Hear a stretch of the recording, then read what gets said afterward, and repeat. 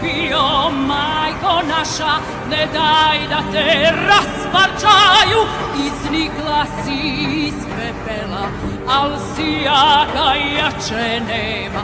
Ne daj da te opet slome, zaplakaće pokolenja, ikone mirotače svog junaka što su pali, pa stigli se do Lazara, za slobodu život dali. Oj Srbine, probudi se, nemaš nikog osim Boga, zato čuvaj sve svetinje ko zenicu oka svoga, a svetinja srpskih mnogo, kandila u njima gore.